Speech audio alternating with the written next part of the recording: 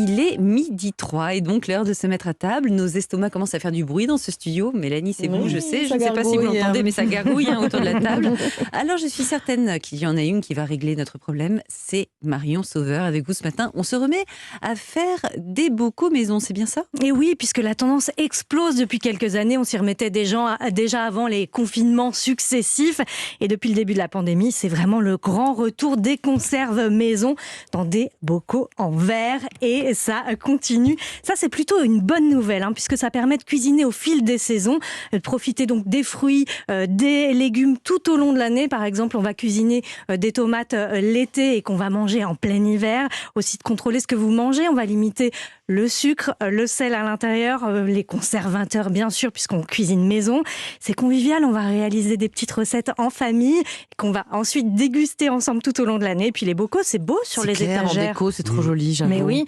Est-ce que vous en avez déjà fait ? Non, moi j'ai les bocaux vides, c'est comme le vélo, mais je les ai jamais remplis. Mais il faut les remplir. Moi je les pique chez ma mère. Pardon. Quand je vais voir ma maman, je repars avec de la sauce tomate, du bœuf bourguignon dans ma valise en espérant que ça se. C'est un truc de mère ou de belle-mère le bocal. C'est la belle-mère vous envahit avec des bocaux. Il faut s'y mettre. C'est pas une technique de conservation nouvelle, pourtant. Non, il faut remonter à la fin du XVIIIe siècle quand le confiseur Nicolas Appert a mis au point la stérilisation. Oui. L'idée, c'est donc de placer les aliments dans un récipient hermétiquement fermé et de monter la température à plus de 100 degrés. On s'y prend aujourd'hui toujours de la même manière. Alors, il y a des règles à suivre. J'ai demandé à Maxime Bertrand, le chef du restaurant Presqu'île à Paris, quelles sont ses astuces pour réussir les bocaux. Il faut toujours respecter donc ce qui est dedans ne dépasse pas la ligne maximum, que le bord soit bien propre, que ce soit bien fermé. Et il faut toujours en tout cas que l'eau, la température dans laquelle on met le bocal, normalement c'est 100 degrés, soit plus chaude que ce qui est à l'intérieur du bocal. Il faut que ce soit droit et il faut que l'eau vienne jusqu'à la hauteur de ce qui est à l'intérieur du produit. Et après c'est vrai qu'on peut y conserver des recettes faites auparavant, c'est ça tout l'avantage. On fait une soupe par exemple, en ce moment c'est pas mal la saison des soupes, on fait une soupe de courge, et en fait on en fait un petit peu trop, on prend un bocal adapté, on le stérilise et puis on a une soupe pour une prochaine fois. C'est génial, et voilà, l'idée. Votre soupe se conserve plusieurs mois à l'abri de la lumière, ça c'est important. Mieux encore, vous pouvez réaliser des cakes individuels. Vous faites votre pâte naturellement. Vous la faites cuire dans votre bocal, dans le four, comme dans votre moule à cake d'habitude. Et puis après, vous fermez, vous stérilisez et vous avez des cakes que vous pouvez manger tout au long de l'année. J'aurais jamais pensé à faire un cake en bocal. Non. Vous pouvez vous amuser donc avec des produits de saison. En ce moment, ce sont les champignons, je vous cache rien. Et Maxime Bertrand propose samedi donc un live en partenariat avec les bocaux Le Parfait. Il va réaliser donc une recette à base de champignons sauvages qui sont rôtis. J'y serai, moi, c'est génial. Il va les conserver dans de l'huile d'olive que vous pourrez ensuite réutiliser puisqu'elle va prendre le goût des champignons. C'est génial, on ne jette rien. Le live donc est à suivre sur le site Le Parfait. Génial. C'est génial. Et vous avez pas une idée de recette facile à faire à la maison, un truc vraiment simple s'il vous plaît. On va faire un petit houmous.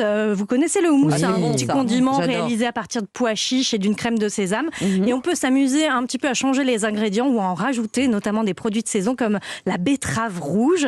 Alors, on va faire un houmous de betterave et on va commencer par égoutter les pois chiches. On garde, par contre, l'autre pois chiche, la coiffe à bas, parce qu'on va réaliser, par exemple, une mousse au chocolat avec. Ça va permettre de remplacer les blancs d'œufs. On ne jette rien. On ne jette rien. Et on va mixer donc ces pois chiches avec les betteraves qu'on a épluchées et qui sont cuites. En morceaux, on ajoute l'ail, le jus de citron.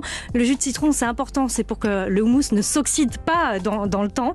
L'huile de sésame, on assaisonne. Il faut que la texture soit bien homogène et vous allez voir un houmous rose bien vif, c'est hyper agréable. Vous remplissez vos terrines et vous stérilisez pendant 45 minutes à 100 degrés. Et comme ça, vous conservez dans vos petits bocaux et vous servez à l'apéritif tout au long de l'année dès que vous avez des amis qui débarquent à l'improviste. C'est génial. Et si on n'a pas envie de cuisiner, est-ce qu'on peut trouver des bocaux tout prêts ? Ah oui, même des bons bocaux. Pas n'importe J'en quel ai bocaux. devant moi. Ouais. Des bocaux avec les plats qu'on peut manger au restaurant chez les chefs comme Stéphane Gégaud à la Mijan ou encore David Radjebert de l'Assiette. Ça sont 2 restaurants parisiens.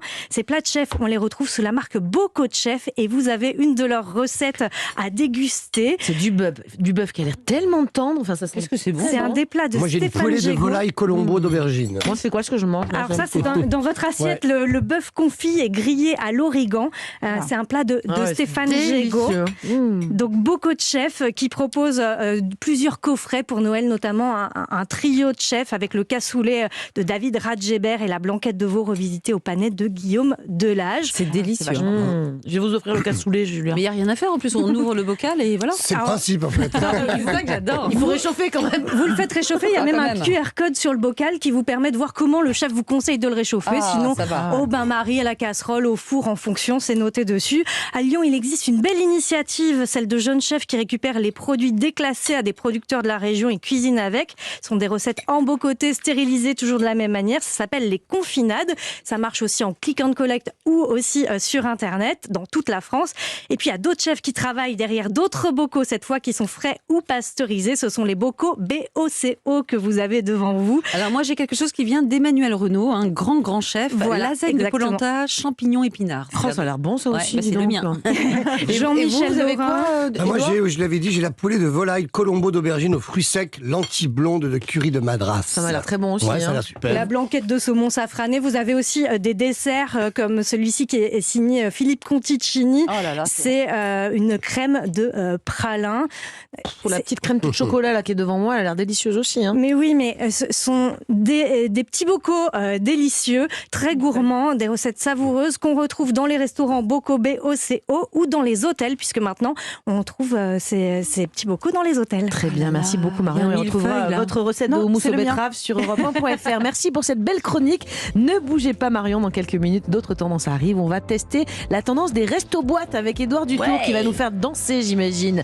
Et puis avec Sophie Braffman, notre experte mode, on va voir que la mode, les marques de vêtements pensent de plus en plus aux personnes en situation de handicap en créant des collections qui leur sont plus adaptées. À tout de suite sur Europe 1.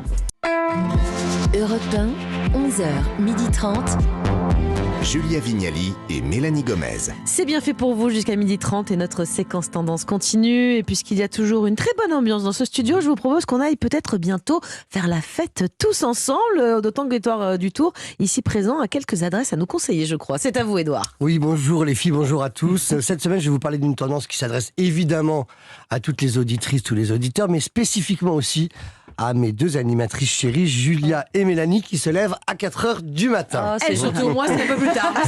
Excusez-moi, mais qu'est-ce qu'on vient faire dans cette histoire? En fait, il s'agit de la dernière tendance festive qui fait fureur à Paris et puis aussi déjà dans de nombreuses villes de France en province. Ça s'appelle le restaurant club. Alors attention, dit comme ça fait un peu polisson, le genre d'établissement où on mange des cassolettes tout nus et tout frétillant, mais c'est pas du tout ça. C'est vous qui aviez pensé à ça. Dans le restaurant club, c'est pas du tout ça. Il s'agit d'un genre de nouveau d'établissement qui propose une soirée 2 en 1. Concrètement, on dîne et on guinche et on danse au même endroit. Ah ouais, d'où vient cette envie de danser à nouveau en fait? Je ne sais pas si vous avez remarqué, mais depuis le mois de septembre, depuis la rentrée, les gens ont une folle envie de s'amuser. C'est vrai. On voit, je sais pas, vous ouvrez votre Instagram le lundi, vous voyez que des fêtes partout. Il y a une envie de danser prise, il y a une envie de disco plus que de dodo. Il y a des reportages partout dans la presse. Il y a voilà, on voit autour de nous que les gens. Marion Sauveur, cette coquine, elle lâche la tête. Je crois qu'elle est une guincheuse. Ah ouais, les gens ont envie de faire la fête. Alors, c'est assez simple à analyser. C'est vrai qu'il y a un effet. Post-Covid, c'est un peu. Mais c'est pas fini, malheureusement. C'est pas fini, malheureusement, mais enfin, il y a quand même post-confinement, je dirais plutôt. Il y a eu surtout la réouverture des lieux festifs, il y a un petit frémissement économique. J'ai envie d'être très optimiste aujourd'hui. Oui, je vois ça. Qui donne comme le feu aux Français. Et puis parfois, vous savez, comme on dit, quand l'actualité est difficile, c'est l'inverse. On dit parfois qu'on danse sur les tombes, et là, on a vraiment envie de s'amuser. Mais alors, justement, quoi de neuf sous le soleil? La grande nouveauté, c'est que cette fièvre du samedi soir, voire du vendredi soir, voire du jeudi soir, parce qu'elle finit pas tard, elle touche de façon significative les plus de 40 ans, dont on fait partie certains autour de ces micros. C'est très simple. Avant, il y avait un schisme net. Il y avait les jeunes qui zappaient le resto, pas les moyens d'aller au resto, et qui arrivaient directement en boîte de nuit, souvent avec une bouteille de vodka. L'alcool est dangereux à la santé, vous le savez, planqué dans le sac à dos vers minuit. On allait en boîte minuit, éventuellement. Mais... C'était pile l'heure où les vieux comme nous commençaient à piquer du nez dans le tiramisu et rentraient dardard se coucher parce qu'il fallait bosser le lendemain. Et puis de toute façon, il était déjà tard. Donc en gros, ce qui se passait, c'est que quand on avait une quarantaine d'années et plus, on n'était pas allé en boîte de nuit depuis 20 ans, excepté le fameux séminaire d'entreprise qui peut finir mal. On avait la folie d'un soir d'été où on dit allez hop, on va danser. Et puis on avait aussi la rupture sentimentale. On lâchait tout. On disait il faut que je sorte pour retrouver quelqu'un. Mais autrement, c'était quand même pas facile d'aller danser. quand on avait passé un certain âge. Eh bien, aujourd'hui, c'est possible avec ce nouveau phénomène des restaurants-clubs, et vous n'aurez pas l'air d'Édouard Balladur dans une rêve party, je vous promets. Mais ils ressemblent à quoi, ces nouveaux endroits ? Alors en fait, c'est plein d'endroits qui ressemblent à c'est des jolis restaurants. C'est pas du tout une boîte de nuit où on vous amène à manger. Ce sont des jolis restaurants où on dîne souvent très bien, où on prend quelques cocktails assez bien faits. Et en fait, le truc, c'est qu'il y a un petit espace, souvent un sous-sol ou un étage ou une petite salle un peu cachée, qui est une petite boîte de nuit surprise qu'on propose aux clients. Alors vers 23h, voilà, on a fini de dîner, puis tout d'un coup, on va s'agiter comme des possédés.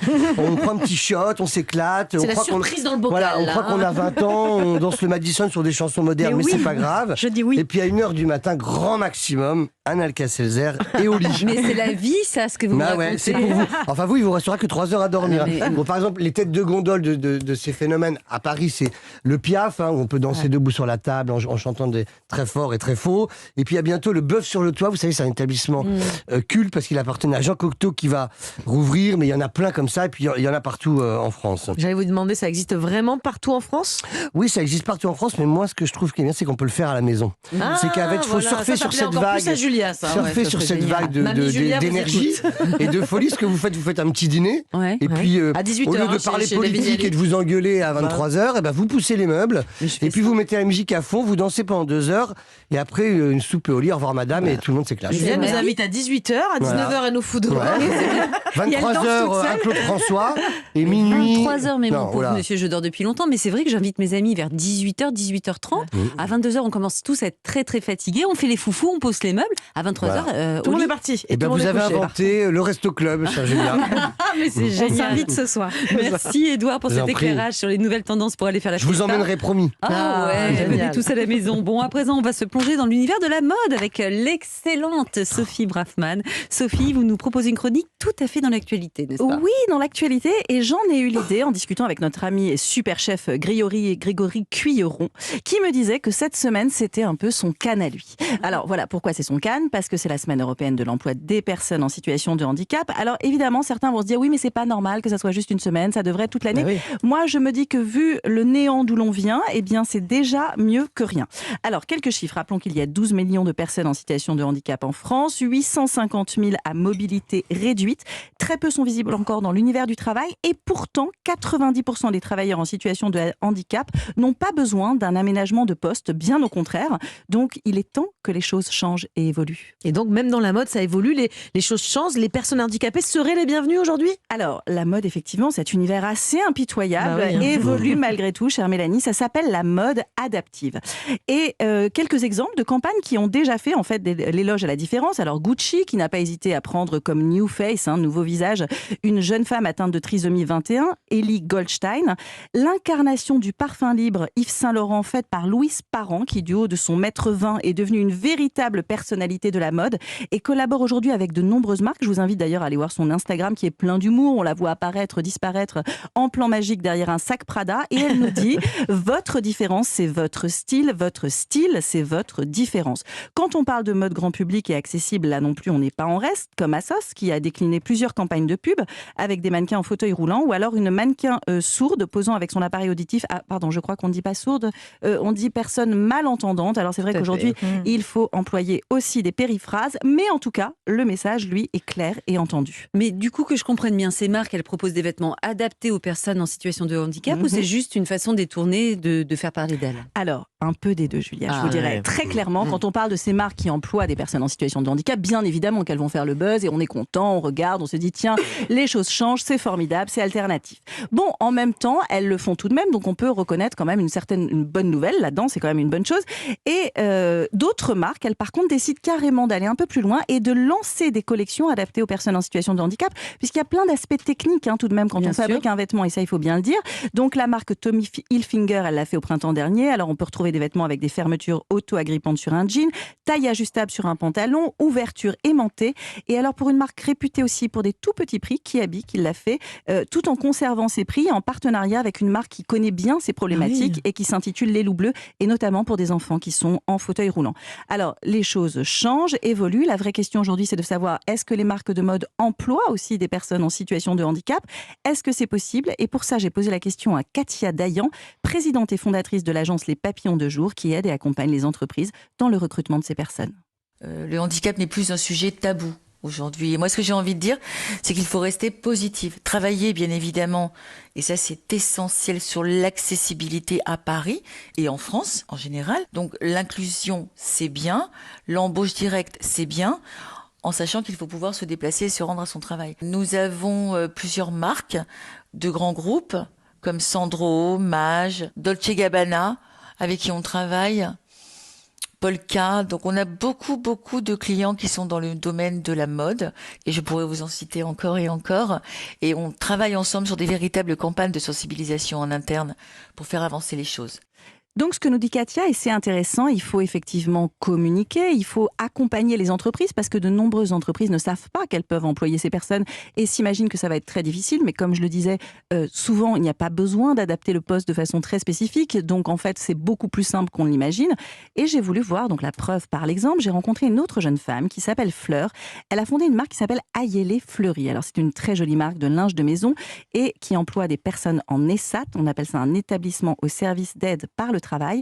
Et donc, il fabrique du linge de maison extrêmement coloré à base de ces tissus, vous savez, le wax. Oui, ciré la cire d'abeille un peu, c'est ça, non? Oui, c'est ces tissus africains aussi, vous savez, avec des prints très forts, exactement, et qui sont donc très beaux. Et donc, elle explique pourquoi elle a choisi de travailler avec des personnes en ESAT. Je travaille avec des ESAT depuis les tout premiers pas d'Ayele Fleury. En fait, leur confier la fabrication de nos articles de linge de maison, c'est une façon pour moi de contribuer à réduire certaines discriminations en donnant une place dans la vie active aux personnes en situation de handicap. Et ça fait vraiment partie des valeurs que j'ai envie de transmettre avec Ayele Fleury. Et franchement, c'est pas qu'un joli discours, parce que travailler avec ces ateliers, ça demande une vraie implication. Il y a une dimension humaine importante. Il faut respecter le rythme des travailleurs, savoir être patiente malgré mes deadlines, être compréhensive aussi, sans pour autant faire l'impasse sur mon exigence de qualité pour la confection. Donc je pense pas que ce soit compatible avec des ambitions uniquement axées sur le profit. Pas uniquement axé sur le profit, ça c'est une certitude. Donc morale de l'histoire, quand l'éthique embraye le pas sur le profit, peut-être que là on arrive enfin à quelque chose de vertueux, et vertueux pour tout le monde. On parle de cette problématique d'être vertueux dans la mode, et bien ça passe peut-être justement par là. Merci beaucoup Sophie. Je me tourne vers vous, Édouard Dutour, qui est journaliste pour le magazine Elle. Oui. Est-ce que cette tendance justement de la mode qui s'ouvrirait vers les personnes en situation de handicap, c'est quelque chose que vous confirmez, que vous avez remarqué justement au magazine? Je crois, oui, c'est en train de bouger. D'ailleurs, je lis votre t-shirt, ça se fut, c'est marqué handicap. Je crois que la mode a compris aussi évidemment l'importance de ce message. Ça s'inscrit dans une démarche globale d'inclusivité. En gros, pour le faire simple, c'est que tout le monde n'est pas jeune, mince, blanc et riche. Bon, si ça arrivait jusqu'aux oreilles de la mode et aux yeux de la mode, c'est que quand même c'est une bonne nouvelle. Fort, oui. Et à la fois la mode, vous savez, on dit que c'est très difficile. On dit que c'est très difficile, et c'est à la fois le reflet de la rue, et souvent ça saisit les tendances avant tout le monde. Donc on peut que se réjouir de ce phénomène de handicap.